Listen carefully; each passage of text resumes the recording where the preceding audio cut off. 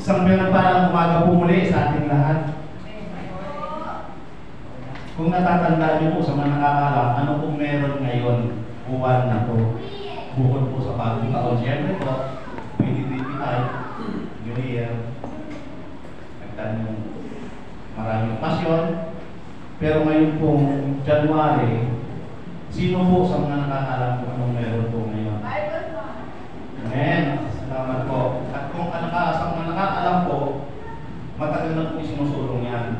Sa pagkakatanda ko po, parang naisapalaskan po yan sa panahon po ng ating presidente, si President Duterte po. No po. Pero bukod sa kanya, meron din pong naunang presidente na po nagsusulong niya ng gawing batas yung Bible man. Pero kay sa Pangulong Duterte po, nangyari po yan. At dahil po dyan, sa city po ng Imos, naging batas na din po yan. At pastor po, reminder po, nagpapato po ang sitio kasi meron po gagawin po malakihang celebration po ng Bible Month ngayon po January 21. Bawat churches daw po ay 20 members na pwedeng isama sa vote of faith or parin po yan. Kasi natutuwa po si Neo na sumuporta. Talagang gusto niya makita na makita po yung paano nag-raise po dito yung mga Kristiyano, yung mga mananampalataya, yung naniniwala po sa ating Diyos through the Bible. Dahil po Bible man ngayon, tunay po na lahat po tayo mapalad po sa kabila po ng mga naranasan natin sa buhay. Ang totoo po, lahat po sa atin may mga pinagdaanan kakaiba sa buhay. Hindi po ligtas po sa pagsubok ang mga Kristiyano. Ang bawat isa, lahat po nakaranas na. Pero wag na wag po natin iisipin na hindi po tayo mahal ng Diyos. Ano man po ang sakit, ang hirap na pinagdaanan natin, tandaan po natin, mahal po tayo ng Diyos.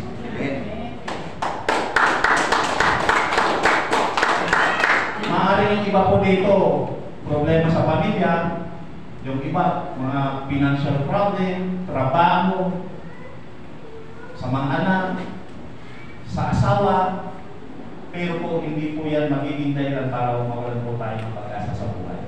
Lagi po natin titignan ang ating Diyos, ang ating Panginoon sa Kristo. Si Kristo po ang sentro po ng pamilya. Kapag naandyan si Jesus Christ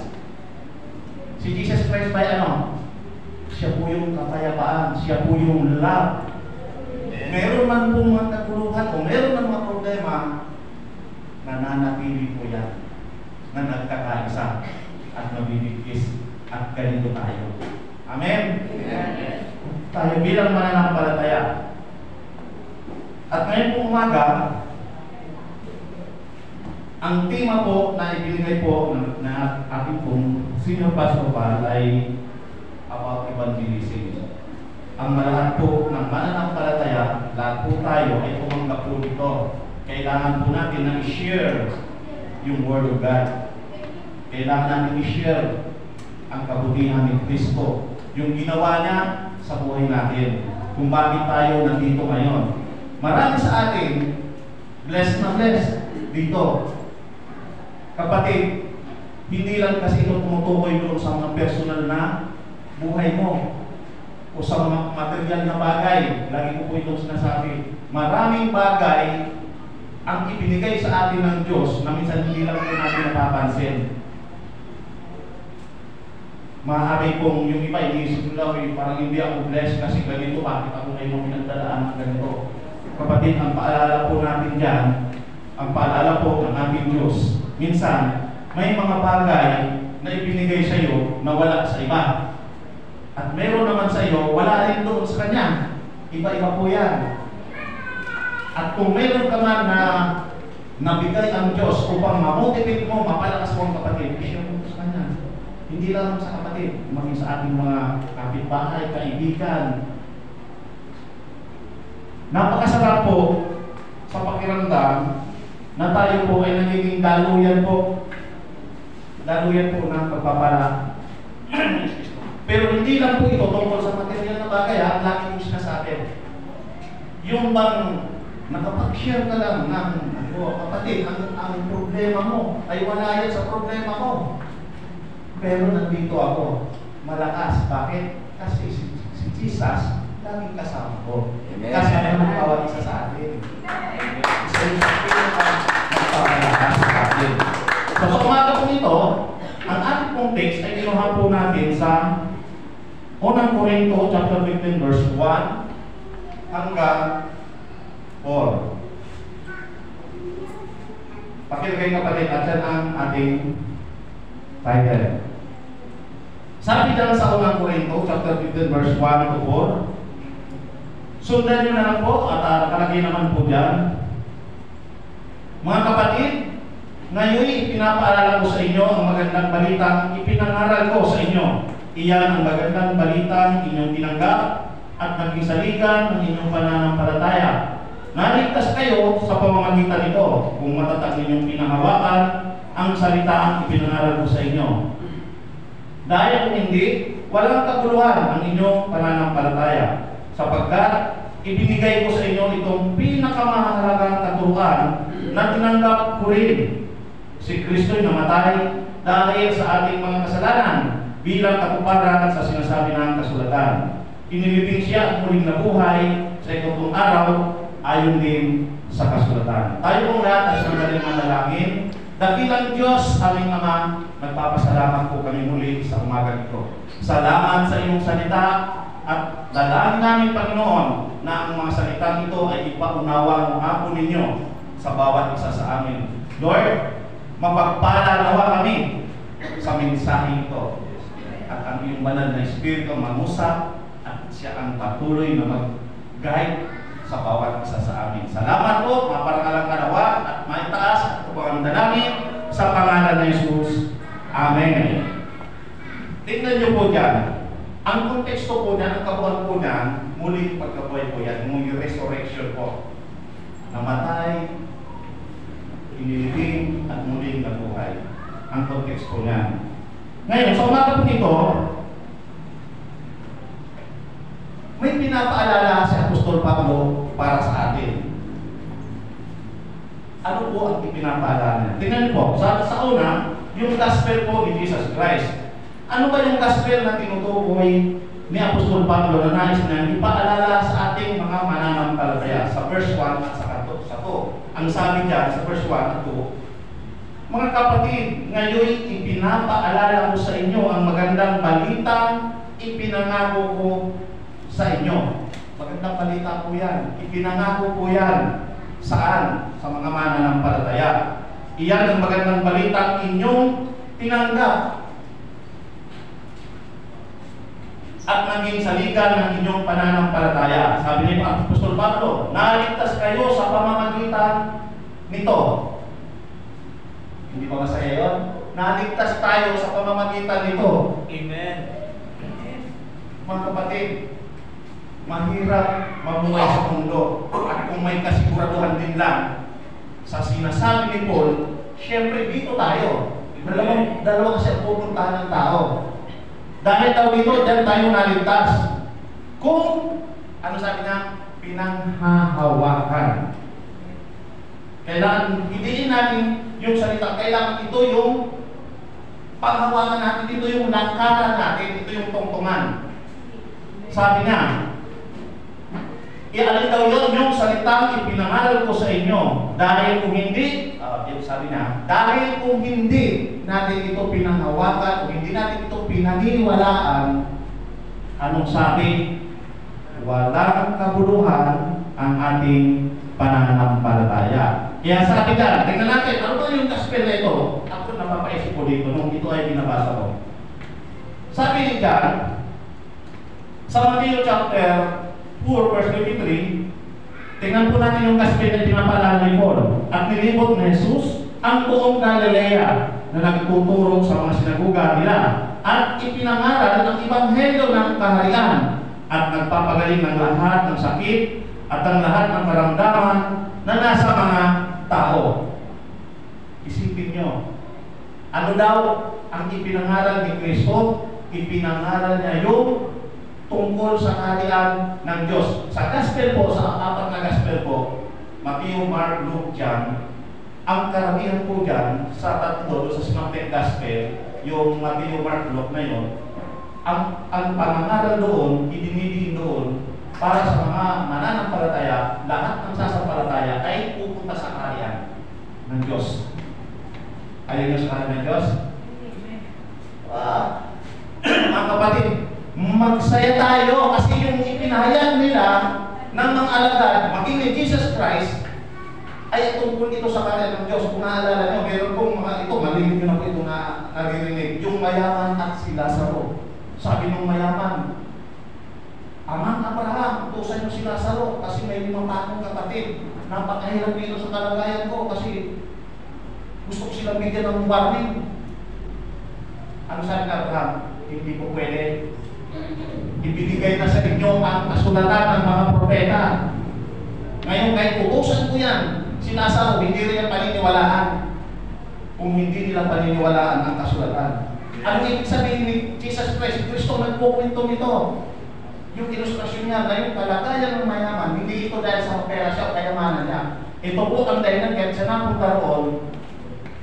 Nabasa niyo po dito noon, ang simula kasi doon, may isang mahirap, laging pumupunta doon sa harapan ng bahay ng mayaman at naghihintay man lang na maampunan ng mga mumo. Yung mga nalalagdag ng mga, isang kasi salita, yung mumo, yung mga nalalagdag ng mga tira-tira na dinahagis doon sa mga aso, tinaraw din siya. Diba? Ang ibig sabihin doon, yung mayaman, hindi niya nakita, hindi siya nag-share ng kanyang blessings. Tayo, ang tinanggap natin ang kabutihan ng Diyos, kaya tayo nakakagawa ng kabutihan. Nabanggit ko nga po ito, ang paggawa po kasi ng mabuti ay hindi lang po ito minsan o aksidente. Kailangan po itong i-practice ang pagiging mabuti. Kung giver ka, mula nung mali ka, giver ka na hanggang sa paglaki mo, kahit na yumaman ka, giver ka pa rin. Tignan nyo sila pastor. Sila po ang nakakaangat, bago man siya naging pastor. May nakaangat na po talaga sila sa buhay. Pero pinagpapalit nila ang sarap ng buhay nila doon, nandito sila lang titiis. At sinasamahan tayo, tinuturuan tayo. At sapukan po sa bunga nila.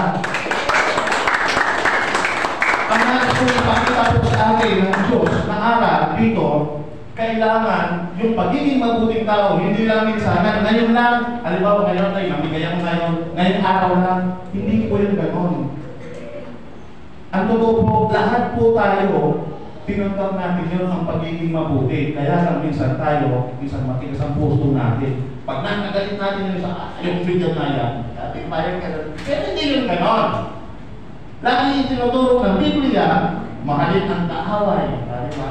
Pakainin ang nagugutom. Marami po yan. Yung gospel po na tinuro ng Panginoong Hesus, hindi tayo makakapunta doon sa kaharian ng Diyos kung hindi natin ginagawa yung mga ipinuro niya.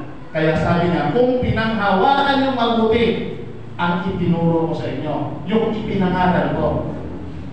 Kasi yung kabutihan po natin, yung paggawa ng mabuti, sumusunod po yun dahil po itinuro po ito sa atin ng ating Panginoong Hesus. Yun po yung tinanggap natin.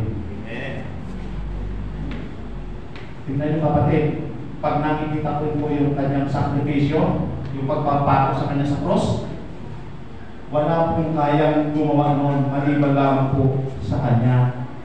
Pinakamahirap na bagay po yun. Tingnan mo natin, sabi dyan, nilipot na Jesus ang buong Galilea na nagtuturo sa mga sinagugan, nilakad, ipinangaral ang Ebanghelyo ng kaharian. Pagtungkol po sa kaharian, ang Ebanghelyo na itinuro ni Kristo ay Ebanghelyo po yan. Tungkol saan? Sa kaharian ng Diyos, doon po tayo pupunta. Kaya po sa Biblia, kung magpasusunod at pagpasa pulo o sa ni Kristo nung siya iakit sa langit, mauuna ko sa inyo, sabi ko sa mga alagad.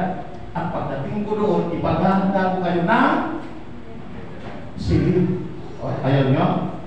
Ang silid doon, hindi nasisira. Dito, sa lupa, sa mundo, nasusunog. Pag malakas ang bagyo, nabawasan. Pag kahoy ang bahay mo, inaanay, pwede rin masunog. Mawawala yun lahat. Pero ang inihanda sa atin ng Panginoong Hesus, doon sa kaharian ng Diyos. Isa po yan sa mga aral na nais ipaalala ni Apostol Pablo. Na ipinangaral ang kaharian ng Diyos at itinuro ang mga bagay na tungkol sa Panginoong Jesucristo na may buong katapangan at walang sagabal. Si Paul po nangangaral. Kaya po na pinapaalala yun kasi marami po siya sa pamangangaral niya kahit na napakahirap ng kalagayan niya. Kilala niyo siya sa Pablo? Si Apostol Pablo po, sabihin na po natin na napakatapang niya. Kahit na winawarningan na siya na sa pumunta dyan, kahit pinababawalan siya, yung isang propeta, pinagkita pa kung ano mangyayari sa kanya. Sabi ni Pablo, hindi, kahit mamatay ako, ipamangaral ko pa rin, ipamamanita ko pa rin ang Kristong ito, ang siyang pag-asa natin lahat. So, ang nangyayari ko sa Pablo, mamatay po talaga siya. Lahat po ng lingkod noon, yung mga alagad, ganun po ang kinasapitan. Lahat po sila. Kaya mapalad po tayo sa panahon natin ngayon. Ako po, nakakatayo ito ngayon. Wala pong nag-persecute masyado at wala rin pong nanguhuli. May mga bansa po bawal. Ito pong Biblia. So maraming bagay po na tayo, ang kalayaan na tinanggap natin mula sa ating Panginoong Hesus ay nagagamit natin sa panahon natin. Kung inabot natin ang panahon nila, siguro ganun din ang mangyayari sa atin. Lahat po tayo magkakawatak-watak dahil po doon sa mga persecution noon. Sa unang mga Kristiyano. Ang mabuting balita na pinangaral ni Kristo ay siya rin pinangaral ni Pablo. Pinatutuhanan niya ito dahil nakita niya ito na ito ang kapangyarihan ng Diyos. Tingnan niyo po kung wala pong kapangyarihan ng Diyos dito, hindi niya po ito gagawin. Bakit? Si Apostol Pablo mismo, noong panahon niya, siya yung isa sa mga humuhuli sa mga sinaunang Kristiyano. May napapatay na siya. Alam mo sino?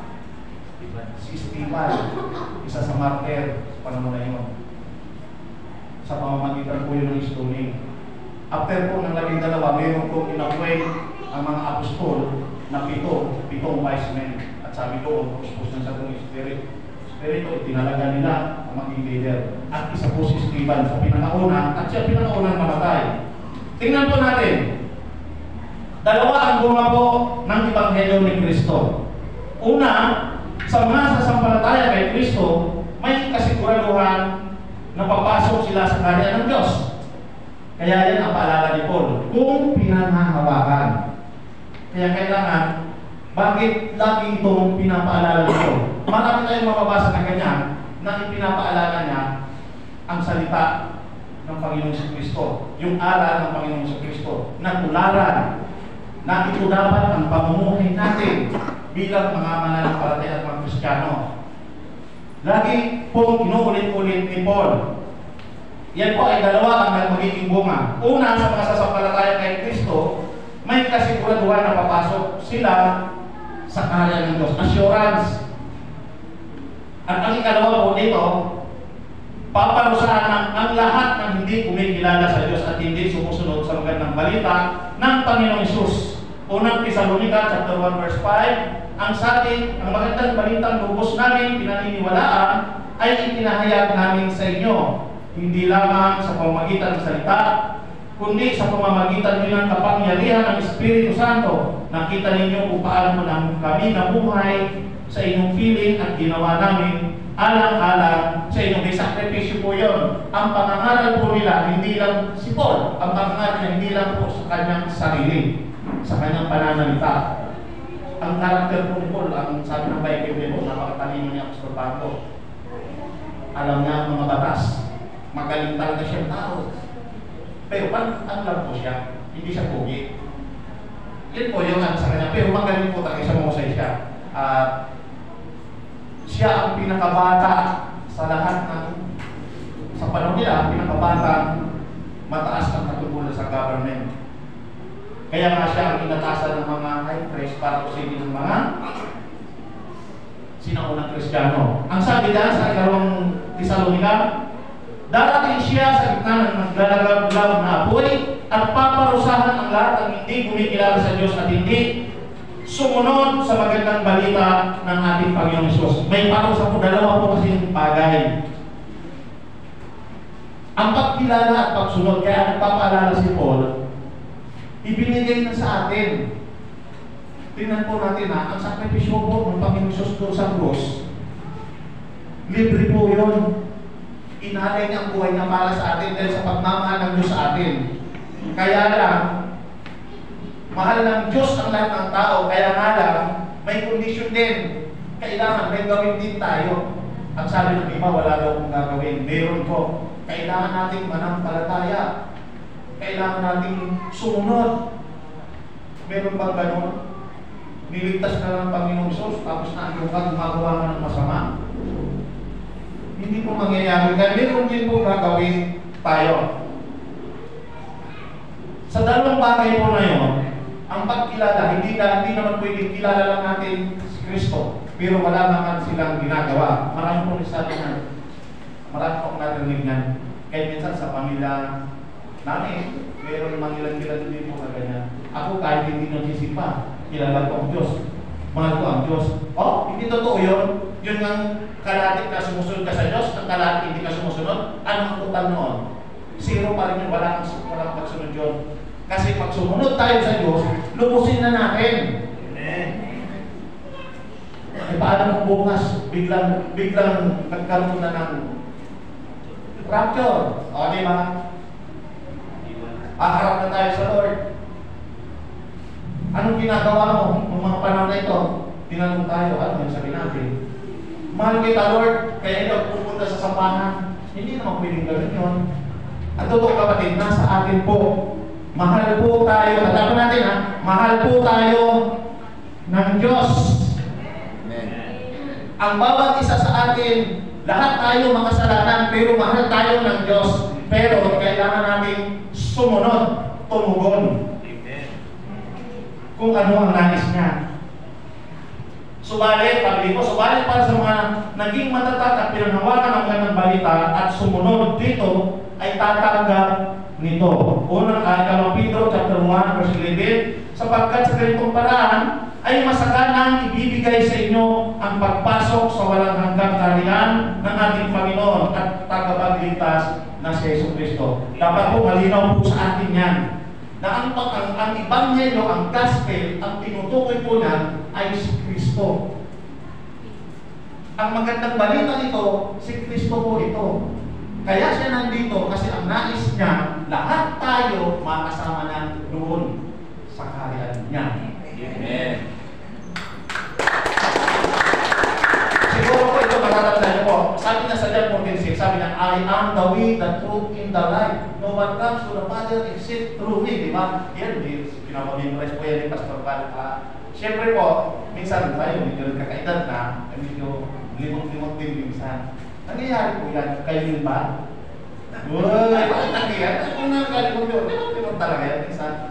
Minsan gano'n nangyayari sa akin. Pero, huwag natin kakalimutan. Kailangan natin lakaran ang saang nais ng ating Panginoon Hesus. At ang kalawa dito, ang kamatayan ni Kristo ay pakinabang para sa atin. Verse 3, malapit na tayo, no? Wow, ang kamatayan ni Kristo ay pakinabang para sa atin. Tayo din naman, mga lingkod ng Diyos, tayo mga nandito. Sa Colosas po, meron po doon binanggit na ang mabuhay kay Kristo ay pakinabang. Ang mamatay kay Kristo ay pakinabang pa rin. Eh saan ka? Ito ka na. Kasi bakit po sinasabi na, lahat po tayo, katulad yan, kaya nga ito po ang context po niya ay resurrection ni Jesus Christ ang passage po niya. Kasi kung paano namatay si Kristo, pinakita rin po dyan na muli siyang nabuhay sa ikatong araw. Lahat po tayo mamamatay. Pero yung ating espiritu, ang hindi natin alam kung saan pupunta, kung hindi natin alam. Pero si pinaliwanag po dyan, maging si Jesus Christ, pinakita niya yan. Lahat ng nangaral dyan na patungkol kay Kristo, ang sino man sumampalataya kay Kristo at sumunod kay Kristo, may kasiguraduhan po yan. Amen. Kasi dalawa po ang pupuntahan kayo, hindi ko punit. Pinoy Jesus Christ, ay mayaman at si Lazaro ay pupuntahan ang lahat ng tao. Kaya pag namatay ang tao, meron siyang pupuntahan. Ang sabi sa verse 3, ang kamatayan ng Kristo ang dahilan kung bakit tayo lumaya sa kasalanan. Galatia chapter 1 verse 4, kaya bilang mga tinubos ni Kristo ay meron tayong dapat gawin. Meron tayong dapat gawin. Si Paul, hindi totoo na dahil tinubos na, binayaran na ang ating mga kasalanan ay wala na tayong gagawin. Meron po tayong dapat gawin dahil tayo lang ay makasalanan. Sa Gawa chapter 2 verse 37-38, ang sabi ganito po, nung nangyari po dyan si Apostol Pedro, nagtalumpati po siya dyan. Sabi na, pumunta siya sa sinagoga, nagtalumpati po siya dyan. Ipinaliwanag niya ano ang nangyari sa Kristong ito, ano yung kanyang paghihirap. At ang sabi dyan, nang marinig nila ito, sa verse 27, nasaktan ang kanilang puso at sinabi kay Pedro at sa ibang mga apostol, mga Ginoo, mga kapatid, anong dapat namin gawin? At sinabi sa kanila ng Pedro, magsisi kayo at magpabautismo ang bawat isa sa inyo sa pangalan ni Jesucristo upang mapatawad ang inyong mga kasalanan at tanggapin ninyo ang kaloob na Espiritu Santo. Meron pong bautismo pong tinukoy po si Apostol Pedro. Tingnan po natin. Uulitin po natin. Sinabi, ano ang dapat namin gawin? O sabi ng mga nakikinig. Sabi ni Pedro, magsisi kayo. O di ba? Kailangan natin mag-repent. May gagawin tayo? Meron po. Ang totoo po, lahat tayo, kahit sa panahon natin, minsan nakakagawa po tayo ng kasalanan. Iyon po yung ating kahinaan. Pero, tayo mga Kristiyano na, mas madali na po tayong makahingi ng tawad. Kasi ipinapaalala ito, meron po itong conviction. Ipinapaalala yung puso natin. Kinakalapit tayo ng Santong Espiritu rin na nito, magsisita. Kahit natutulog ka na, ipapaalala sa atin yan. Kaya may binanggit yan. Sabi nito, magsisi kayo at magpabautismo ang bawat isa sa inyo sa pangalan ni Jesucristo upang mapatawad ang inyong mga kasalanan. Sa pagsisisi, pinapatawad tayo ni Kristo sa pamamagitan ng pagsisisi at paghingi ng tawad. Para mapatawad, kasi kung nagsisisi at hindi lumapit. Ang sabi pa dyan, magpabautismo kayo. Ang bautismo po, ang pagsunod sa bautismo, ay napakalaking bagay sa atin. Bakit utos po kasi ito ni Kristo? Tingnan niyo po. Ang bautismo, ang pagsunod sa utos sa aral ni Kristo, isa ang bautismo sa mga ito. Roma chapter 3, chapter 6 verse 3 hanggang 4. O hindi ba ninyo nalalaman na tayong lahat ng mga nabautismuhan kay Kristo Jesus ay mga nabautismuhan tungo sa kanyang kamatayan. Kaya tayo ay inilibing na kasama niya sa pamamagitan ng bautismo tungo sa kamatayan, kung paano si Kristo ay muling nabuhay mula sa mga patay sa pamamagitan ng kaluwalhatian ng Ama, gayon din naman tayo'y makakalakad sa panibagong buhay. Amen. Ang bautismo po, napakalaga po sa atin. Sa mga hindi pa po nababautismuhan, remind ko lang po sa inyo, napakalaga nito para sa atin. Bakit? Ang simbol po kasi, ang bautismo po kasi, bautismo po ay inilulubog sa tubig. Ang paglubog po sa tubig, naiiwan yung kanyang lumang pagkatao. At pagkatao na, nagiging bago ka na nilalang. Kasi si Kristo, kung paano daw inilibing si Kristo, nalilibing na kasama doon yung ating mga lumang pagkatao. So, ibig sabihin, pag-aho noon, bago ka na. Tingnan po natin. At sabi dyan, sinabi pa dyan, sa pamamagitan ng kaluwalhatian ng Ama, gayon din naman tayong makakalakad sa panibagong buhay. Pag binanggit po na makalalakad na tayo sa panibagong buhay, pag tayo nagdesisyon na sumunod sa mga utos ng ating Panginoon, lalakad po tayo sa panibagong buhay. Alam ba natin kung ano ibig sabihin ng bagong buhay? Bagong buhay. Sa 2 Corinthians 5:17, inulit din po ito ni Apostol Pablo, sabi doon, ang sino man nagipag-isa na kay Kristo ay nagiging isa siyang bagong nilalang, nagtatransform. So ibig sabihin yung mga dating ginagawa natin, nawawala na ito. Dapat wag na natin gawin. Kasi lalakad na nga tayo sa taong buhay. Hindi na tayo lalakad doon sa dati. Mga kapatid, mahirap gawin yung biglaang transformation sa buhay. Akala lang natin walang nagbabago sa buhay natin, pero meron. Kasi dati, wala kayo dito. Ngayon, kasama na namin kayo. Amen. Isa po yan sa malaking pagbabago. Kasi, halimbawa, ako'y nangangarap na gusto ko magkaroon ng bahay. Gusto ko may second floor. Kaya lang, hindi naman ako nag-iipon at hindi ako yung stepping stone ba? Kailangan bumagpang ako, kailangan magpagawa ko kahit unti-unti. Walang layout, paano ko gagawin yung second floor kung wala nang first? Kailangan natin yung unang hakbang. Kaya salamat sa Diyos dahil nandito kayong lahat, isa yan sa malaki ng pagbabago. 2025, kasama namin kayo. Tandaan po natin, lahat po tayo dumaan sa ganitong proseso. Hindi madali, kahit ako po, napakatigas ng ulo po. Si Pastor Balan po ako napapagalitan, tanggap ko po yun. At may mga nagawa akong mali, sorry Pastor, talaga naman. Kung ano po nangyari sa akin noon, tanggap ko po yun. Kasi alam kong mali yung ginawa ko. At yung parang-liko muna noon, ipinaalala sa akin din ng Diyos kung ilang palo inabot ko din bago ako naging matino. Sumabalat kayo, hindi pa kayo pinapalo.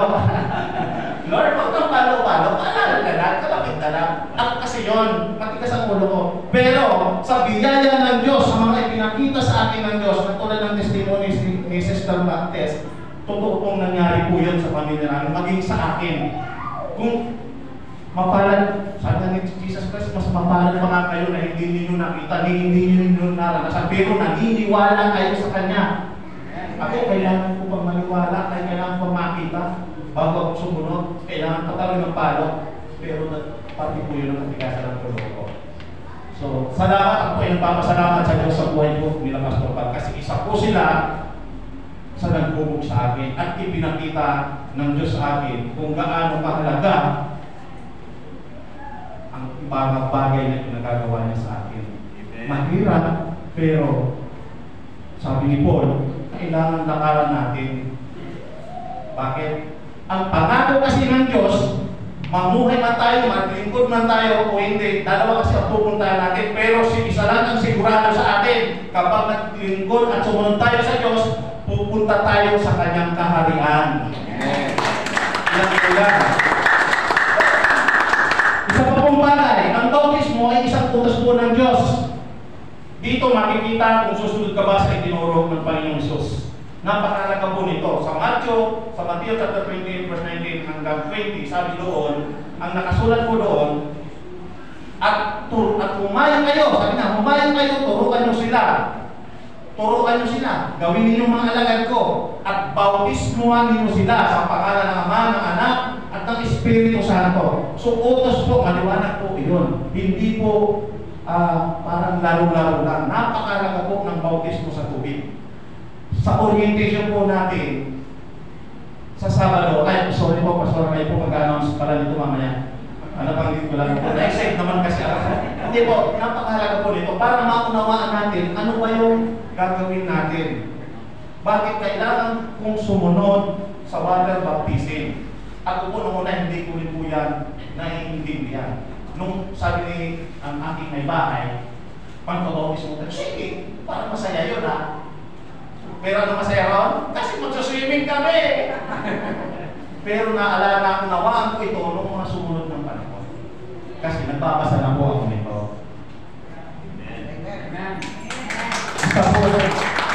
Isa po sa napakalaga sa buhay natin, lalo ngayon, Bible Man. Nakalitan ko lang po kanina na ilagay sa mga pangko ninyo yung lahat ng mga Bible doon kasi ititilasala po natin. Pero salamat pa rin sa Diyos.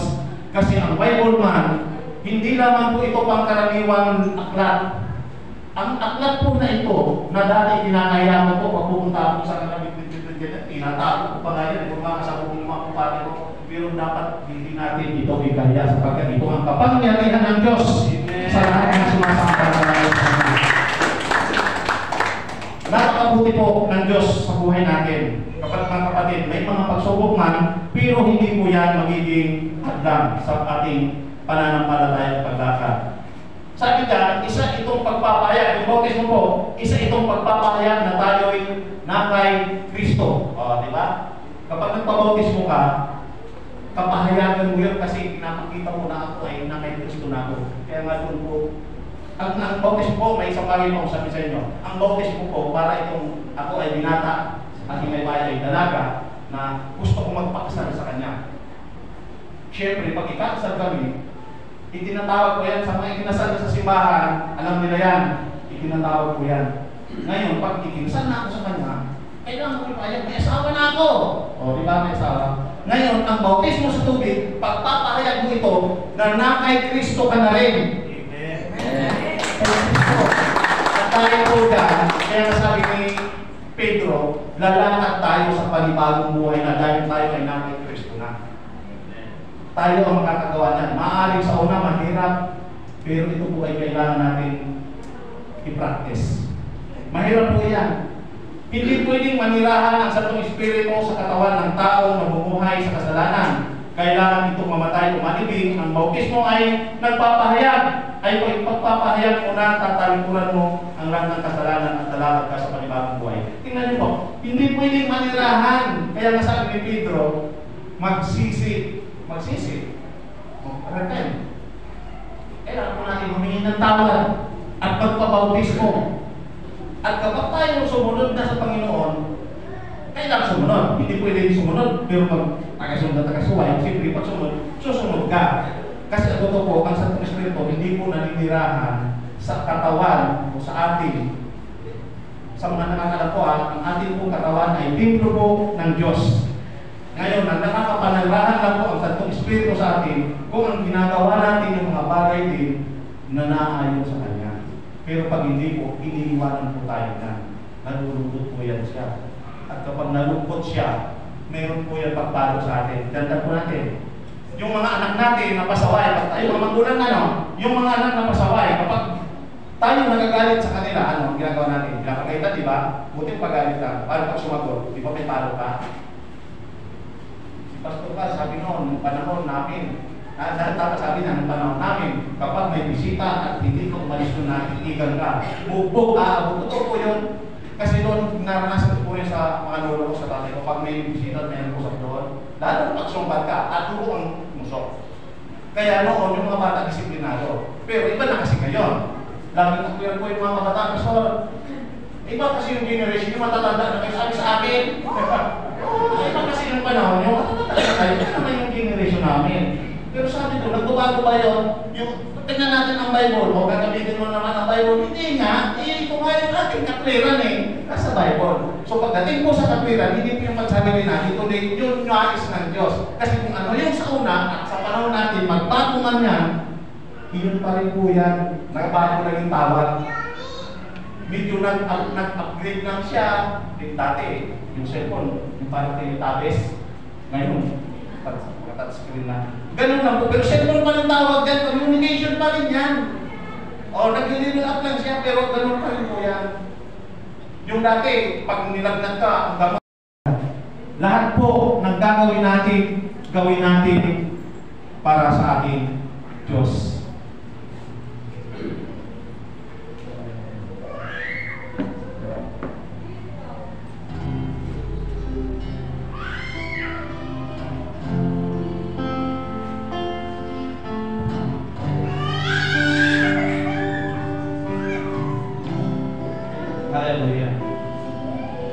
Dakilang Diyos, kami ay nagpapasalamat, Panginoon,